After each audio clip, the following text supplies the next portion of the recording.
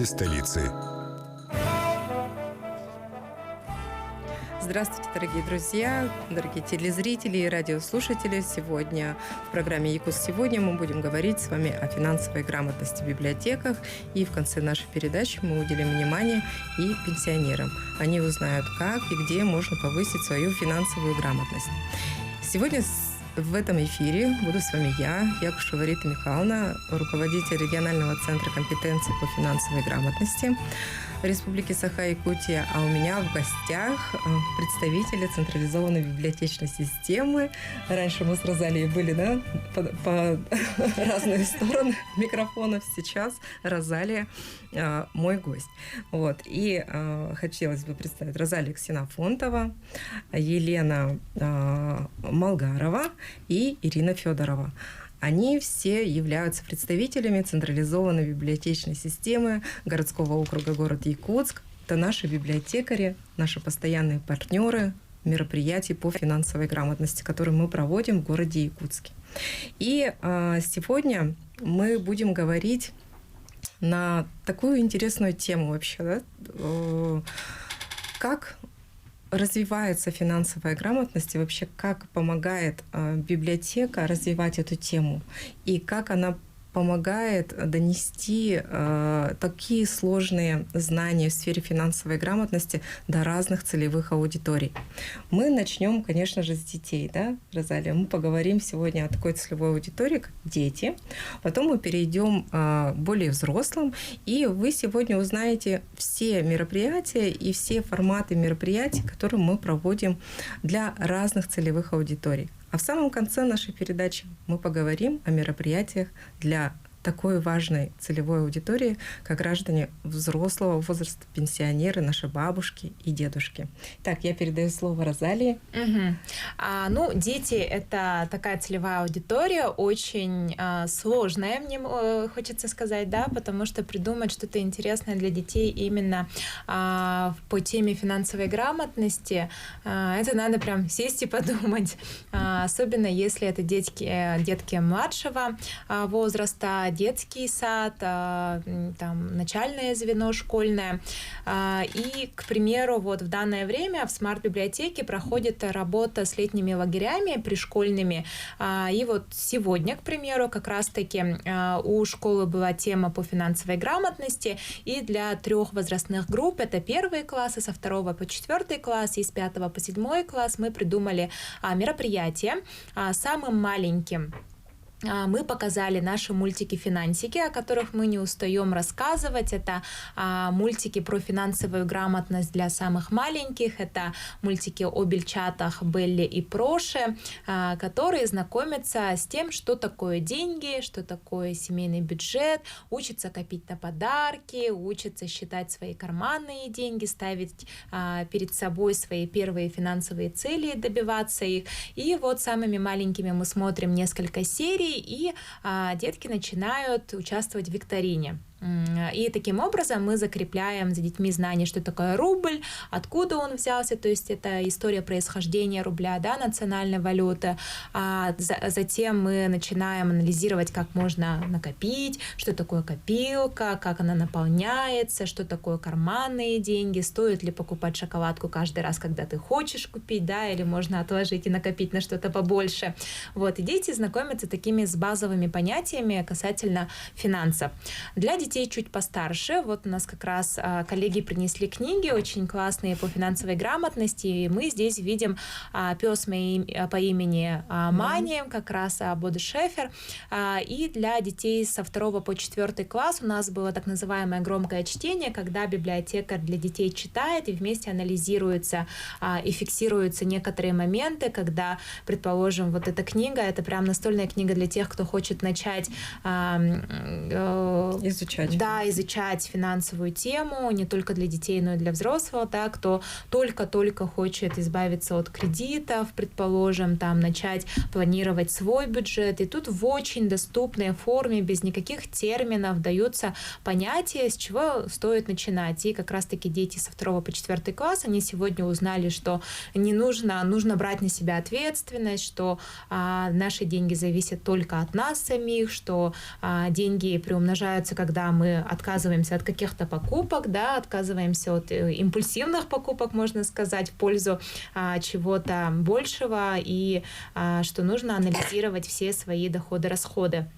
Ну и для детей с 5 по 7 класс это уже такая игровая форма, познавательный такой формат, это игра в монополию. Дети прям обожают эту игру, хотя сегодняшние, например, детки, они только-только познакомились с этим форматом, мы им быстро рассказали основные правила, и в ходе игры они уже начинают понимать, в чем состоит вообще фишка игры, в чем цель игры, да, вот как раз фотографии у нас идут, и дети могут как раз вот с 5 класса и до 11, ну и для взрослых это тоже игра очень познавательная, они понимают рынок уже, что дом, в котором мы живем, стоит денег, что, оказывается, за электроэнергию тоже есть какая-то плата, можно, оказывается, брать недвижимость в собственность, что есть такое понятие, как покупка целых улиц, еще можно накопить, можно там что-то под залог давать, то есть это знакомство уже из банковской сферы, а что-то посложнее, но тоже в очень увлекательном и развлекательном формате. Кроме, еще хотелось бы отметить, да, кроме таких мероприятий, в смарт-библиотеке проходят и марафоны финансовой грамотности для детей. В прошлом году у нас был опыт проведения, то есть наш центр и библиотека Смарт проводили марафон по финансовой грамотности для детей. В течение месяца для детей. Да, даже больше, там, по-моему, 1,5 месяца мы проводили. И дети с большим удовольствием участвуют в таких мероприятиях, где им приходится соревноваться друг с другом, создавать какие-то проекты, рисовать рисунки и так далее. То есть мы видим, как действительно дети с большим интересом подходят к изучению этой темы. Но ведь через детей мы и находим, скажем так, ту дверцу, да, потайную дверь именно к родителям, потому что через детей привлечь внимание к финансовой грамотности родителей намного легче, потому что дети, когда они узнают разные лайфхаки по ведению накоплений или разные лайфхаки по ведению инвестиций, узнают разные способы ведения семейного бюджета и так далее, да, то они уже начинают сами с родителями общаться. Они начинают им говорить: «Мама, ты неправильно покупаешь. Почему ты берешь за наличные? А почему ты не оформляешь банковскую карту, с помощью которой, допустим, можно накопить кэшбэк, да? Накопить кэшбэк, элементарно экономить». И действительно, многие родители задумываются, и мы даже начинаем получать обратную связь, потому что мы же, когда проводим уроки, мы все равно работаем через родителей или через классных руководителей, да, и они отправляют нам обратную связь, что действительно работает. То есть ваши уроки, они очень полезны. И мы приглашаем всех в летнее время. Уделите внимание. Приходите в смарт-библиотеку, приходите в библиотеки, ведь библиотека, я не устану сегодня это повторять, это не только место, где можно взять книжки, да, вот посмотрите, какие интересные книги мы сегодня принесли, чтобы вам показать, вот, и вы можете эти книги не только просто так взять, но и поучаствовать в мероприятиях, которые предоставят вам новые знания. А также вы можете даже получить очень прикольные призы от нашего центра. Поэтому приглашаем всех детей. А сейчас мы переходим к такой немножко уже более взрослой теме, да, более взрослой целевой аудитории. И я передаю слово коллегам. Это Елена и Ирина. Они у нас представляют библиотеку 3D, централизованную библиотечную систему городского округа город Якутск, и расскажут нам о тех проектах, которые они уже реализовали в своей библиотеке. Добрый день, дорогие друзья! Мероприятия, направленные на повышение уровня финансовой грамотности, это дело важное и нужное. И наша библиотека с огромным удовольствием работает в этом направлении. В рамках сетевого проекта мы проводим различные мероприятия. Это обзоры книг. Особой популярностью у нас пользуется автор Роберт Кийосаки. Вот книжка у нас лежит. Наполеон Хилл и Стивен Кови. А самая читаемая и часто спрашиваемая книга – это книга Бода Шефера «Пес по имени Мани», где в доступной форме рассказывается история говорящего лабрадора, который оказался финансовым гением и Закрывает перед детьми. да, ага, и открывает перед детьми и взрослыми секреты денег. А также мы организуем встречи и беседы волонтерами регионального центра компетенций по финансовой грамотности Республики Саха-Якутия на такие актуальные темы, как уберечь себя и близких от мошенников, способы экономии семейного бюджета, кредитование населения, инвестирование и другие. Мы публикуем на сайте нашей централизованной библиотечной системы онлайн-тесты, викторины, которые популярны у пользователей сайта. Да, действительно, мы недавно проверяли результаты тестов, которые были размещены библиотекой 3D, и больше 383 человека прошли тест, Да. и это действительно очень хороший результат, потому что в этом тесте ведь не только определение, там, ну, Да. скажем так, знаний. Да, Да. с помощью тестов можно проверить свой уровень финансовой грамотности и практических навыков, Вот. потому что там иногда бывают задачи, Да. да, и практические знания. А самое главное, ведь нам научить людей, чтобы они научились считать. Научились считать сложные проценты, научились высчитывать прибыль, научились Да. рассчитывать выгоду, экономию и так далее. Потому что многие думают, а что это 10%? Да? Ну, как бы, ну, это может быть и мало для кого-то. А когда ты считаешь эти проценты в год, то получаешь довольно-таки такую Большая существенную сумма, сумму, да, конечно. да. Поэтому вот такие тесты — это очень классный вообще способ повышения финансовой грамотности. И я очень благодарю вас за то, что вы помогаете нам в этой сфере и размещаете такие материалы у себя. Ну и, естественно, от всех волонтеров финансового просвещения тоже большая благодарность за то, что приглашаете и даете возможность передавать те знания и умения, да, и чтобы у людей формировались навыки по финансовой грамотности, потому что это основная задача работы волонтеров финансового просвещения. Ага. И на днях в рамках проекта «Финансовая грамотность» мы провели встречу на тему «Бизнес для мам». Об этом расскажет моя коллега Елена Сергеевна. Добрый день. Как сказала моя коллега, на прошлой неделе у нас состоялась встреча «Бизнес-идеи для мам». Об этом мы поговорим чуть позже. Сейчас мы прервемся на небольшую рекламу.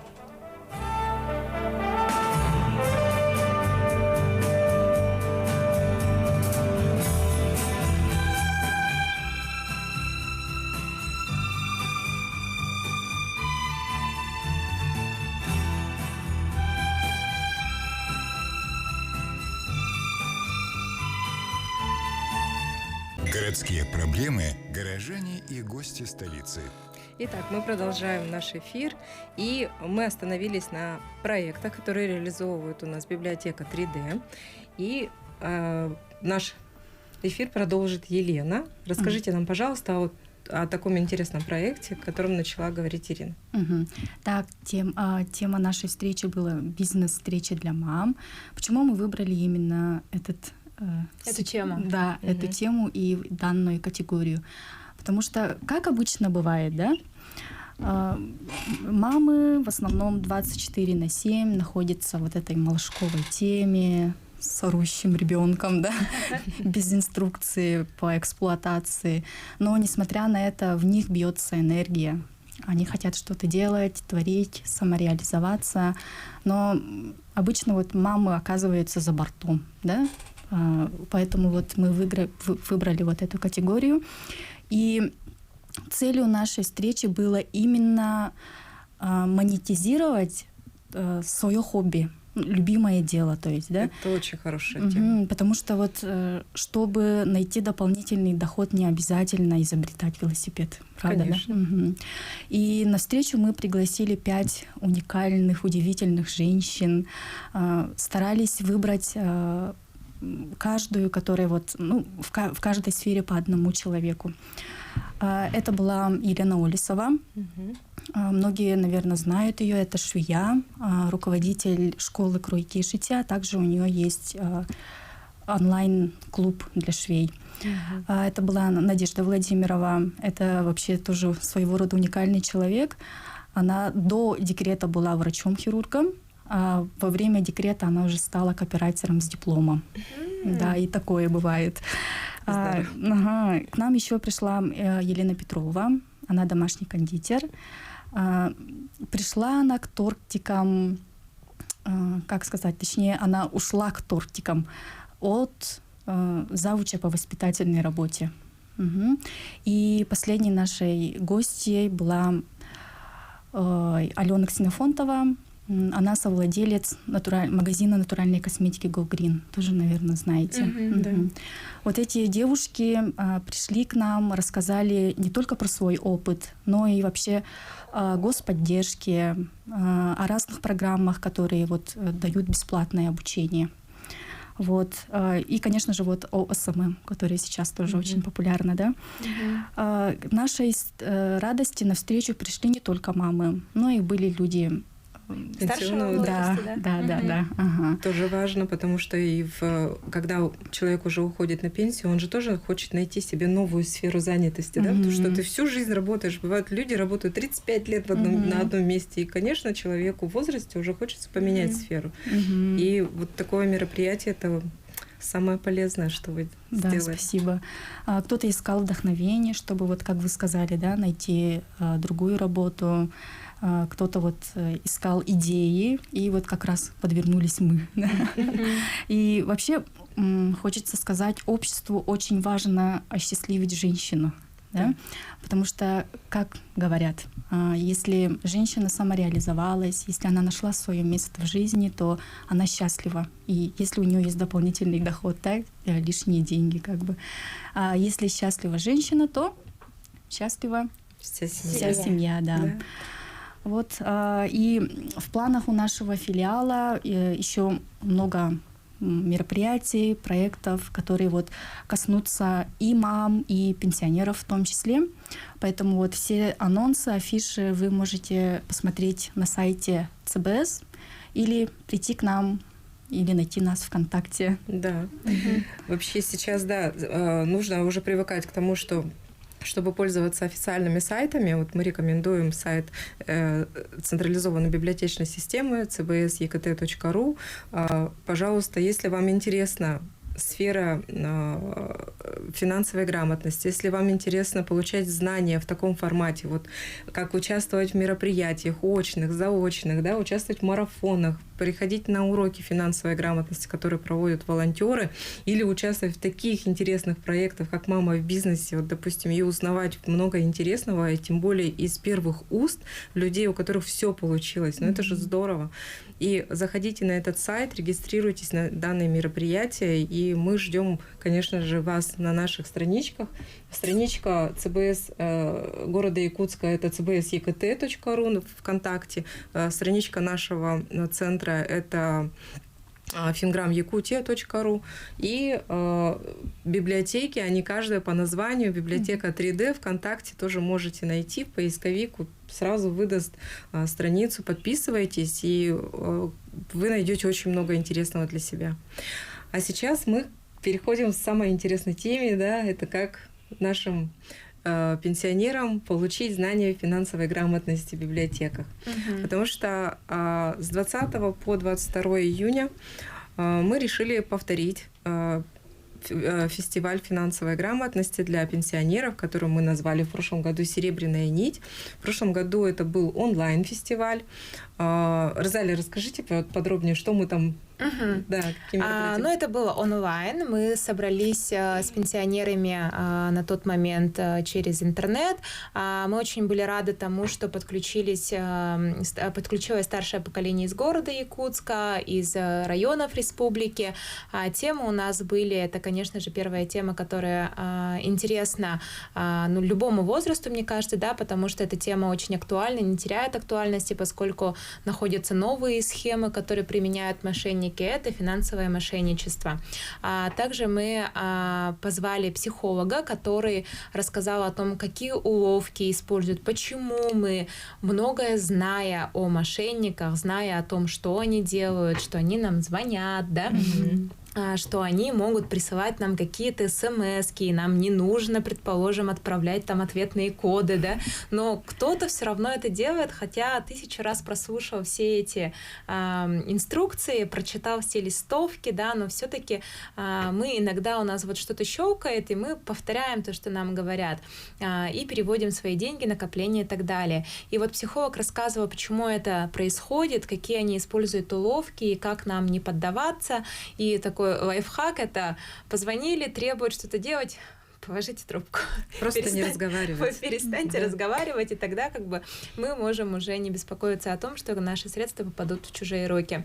Вот. И следующая тема — это была про накопление, о том, куда мы можем вложить свои деньги, пенсию, да, то, что накопили, куда выгоднее, можно ли открывать там фондовый рынок для себя, если вы уже пенсионер, да, потому что поступают такие вопросы, лучше, наверное, держать все под подушкой, либо там в банке просто открыть счет, а можно и открыть для себя фондовый рынок, и с чего это нужно начать, и какие риски бывают. И в этом году мы решили, конечно же, все равно будет такая самая главная тема — это финансовое мошенничество. Затем это у нас будет немного такой другой формат уже и беседы, да, когда сами пенсионеры поделятся опытом с молодежью. Да, это самая главная фишка нашего нынешнего фестиваля, потому что в библиотеку люди приходят получить, да, скажем так, получить книжку и получить знания. А мы бы хотели, чтобы в библиотеку пришли вы как раз, да, вот граждане, которые старше нас во много раз, скажем так, да, опытнее нас. И вы бы на своем примере рассказали, мне кажется, лучше всех, да, как вы вели семейный бюджет, допустим, когда вы были молодыми. То, что времена разные, а ваш метод накопления, допустим, да, или ведения семейного бюджета может оказаться актуальным и сейчас. Потому что все новое — это хорошо забытое старое, скажем так, да. И мы приглашаем каждого пенсионера, буквально всех желающих, кто хочет поделиться своим опытом, напишите нам, пожалуйста. Наши контакты вы можете найти на сайте sbs.ekt.ru и fingramyakutia.ru. На сайте Fingram Якутия вы увидите номер телефона, и вы можете написать в WhatsApp, либо позвонить мне. И я могу взять у вас интервью, мы можем с вами снять видео, да, мы можем с вами, или вы просто отправите мне ваш рассказ. И мы в библиотеках расскажем, или вы можете записаться даже и прийти в библиотеку и рассказать свой опыт детям, которые будут там. Вот буквально 20-го или 22-го. Да, на следующей неделе как раз 22-го, это среда, к нам мы сейчас активно сотрудничаем с пришкольными лагерями, да, и практически каждый филиал у нас сейчас работает с лагерями, где детки приходят на различные занятия, и вот на следующей неделе в среду у нас тоже будут лагеря, дети, и вот мы хотели бы, чтобы как раз-таки старшее поколение встретилось с детьми, это с 1 по 7 класс, и рассказала о том, как начать вести свой личный бюджет, потому что сейчас дети начинают финансами интересоваться, ну вот с очень раннего возраста, буквально там с 4-5 лет, да, по-моему, когда впервые мама дает в магазине там 50-100 рублей на какую-то мелочь, на там сладкое, на сок, на вкусняшку. Подробную программу мероприятий мы разместим также на наших сайтах. Кроме того, я бы хотела отметить, что и в Национальной библиотеке Республики Саха-Якутия тоже пройдет урок. Он будет очным, и все желающие тоже могут подойти. И как вы видите, в целом библиотеки — это такое место, которое становится интересным для всех. Вы видите, что и дети, и взрослые, и мамочки в декрете, и многодетные семьи, да, и студенты и граждане пенсионного возраста могут получить знания по финансовой грамотности и не только, а всесторонне развиться, потому что в библиотеке Смарт, допустим, проходят уроки даже музыки, да? Да. Да, вот. И иностранных языков еще у вас школа есть. И все это бесплатно. И пользуйтесь тем, чтобы получать знания бесплатно. Вот. И хотелось бы вот у коллег своих спросить, какие бы книги вот вам предстоит сейчас формирование экспозиции. Да? Что бы вы придумали, например? Вот, что бы вы хотели показать и что бы было полезно для наших граждан пенсионного возраста для того, чтобы повысить свой уровень финансовой грамотности? Какие книжки им почитать? Наверное, все-таки классику, да? «Пес по имени Мани». Это в первую очередь, потому что она интересна не только детям, да? Ну, вот коллеги рассказали, да, что. Ну, вообще вот все лежит у нас, можете посмотреть, прийти, одолжить у нас. И самая актуальная книга у нас этот автора Роберта Кийосаки «Богатый папа и бедный папа». Она написана и для подростков, и для пожилых. И там у нас постоянно вот эта книга у нас всегда на руках. Можете очень популярная. Да, популярная книга. Да, и хочется отметить, что в этих книгах описываются не только какие-то способы и лайфхаки, но и описывается полностью весь процесс нашего общения с деньгами. То есть даже когда мы уходим на пенсию, да, ну вот мы об этом сейчас поговорим чуть позже, еще мы прервемся сейчас с вами на рекламу и продолжим наш разговор.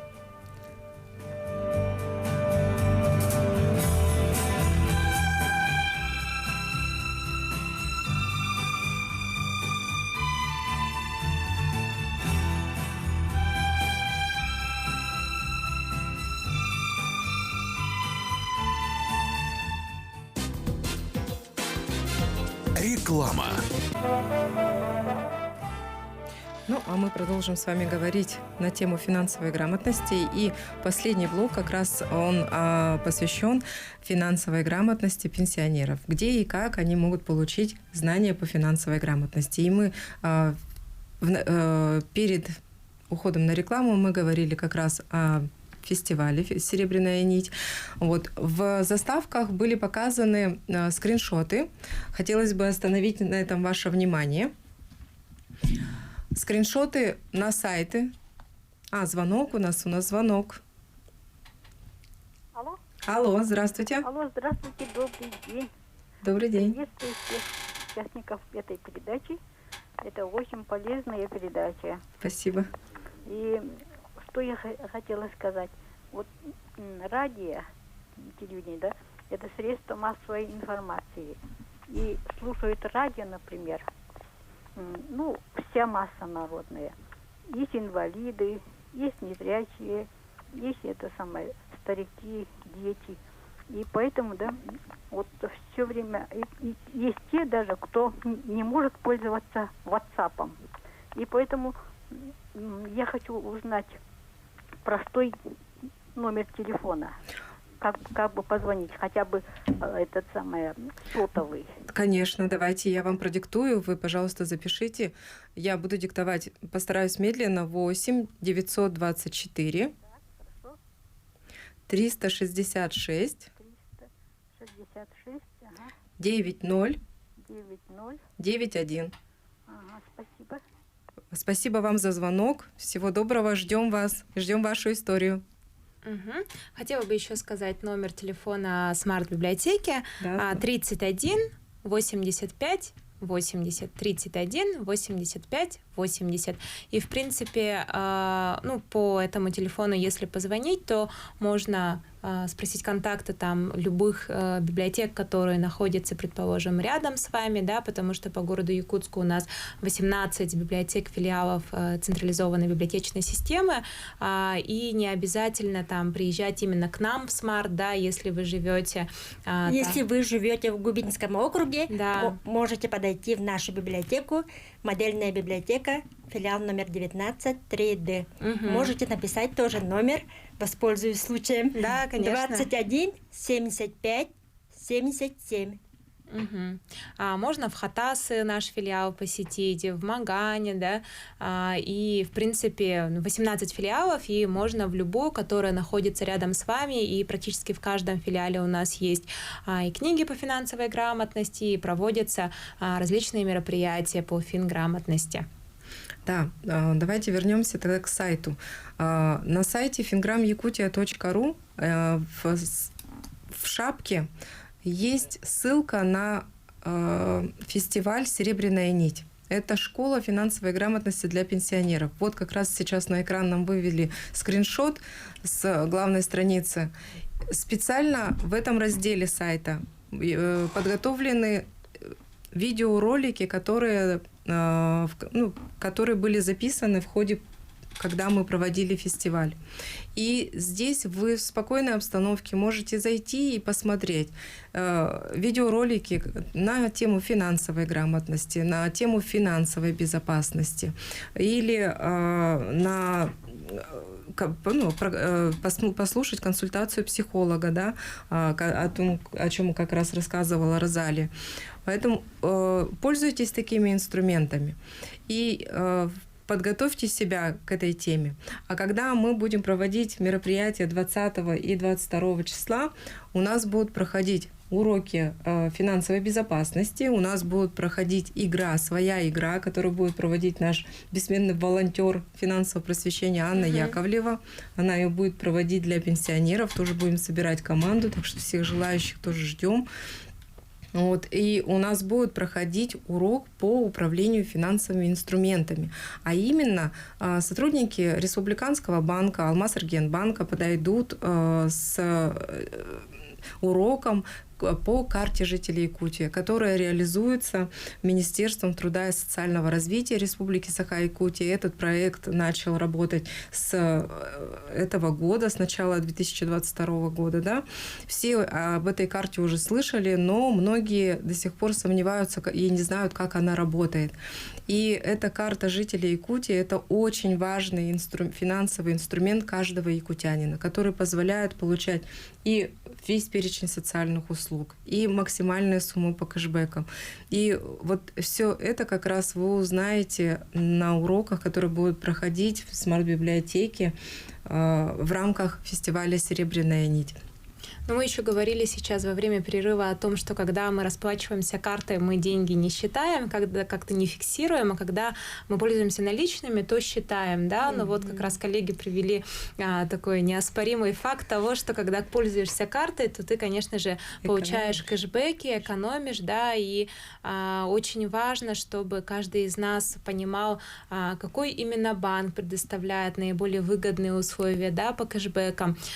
Плюс сейчас еще есть категории, да, то есть можно в некоторых банках выбирать категории, там, в этом году у меня больше покупок, там, развлечения, да, развлечения, там у меня кэшбэк больше, в этом месяце я путешествую, кэшбэка больше, и важно доносить тоже информацию об этом, и карта жителей Якутии, конечно, сейчас предоставляет большие кэшбэки. Да, не только большие кэшбэки, но и самые льготные условия, потому что там как раз категории-то выбирать не надо, там предоставляется кэшбэк буквально на любые покупки. Главное, чтобы этот магазин или это коммерческое предприятие, оно состояло в системе лояльности своей Алмаз-Аргенбанк.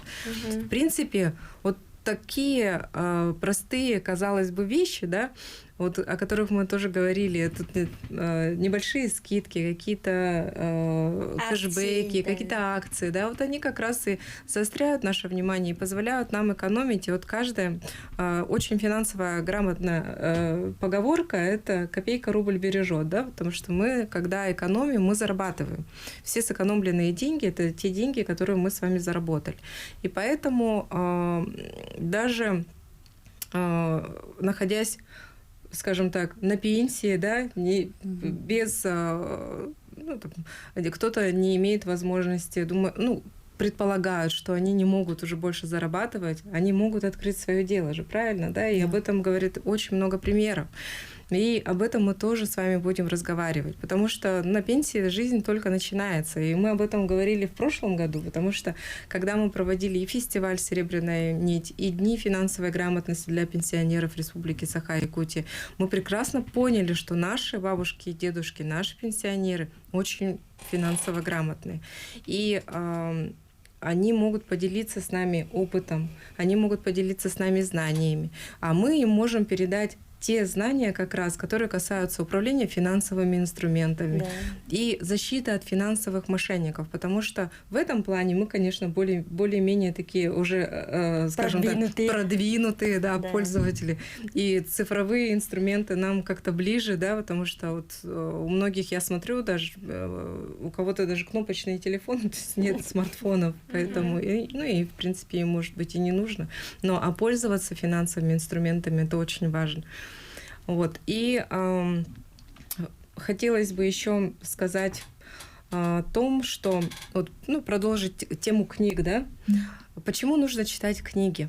Потому что одно дело, когда мы говорим, вот, а все-таки, когда мы читаем книгу, мы всю информацию, которая преподносится нам в книге, мы ее анализируем, и все равно мы ее как бы надеваем на себя, да, то есть проживаем сами вместе с героями сюжета, Пропускаем через себя. да, через себя начинаем как-то вдумываться и начинаем более как-то детально, что ли, относиться к тем вещам, которые мы раньше не замечали.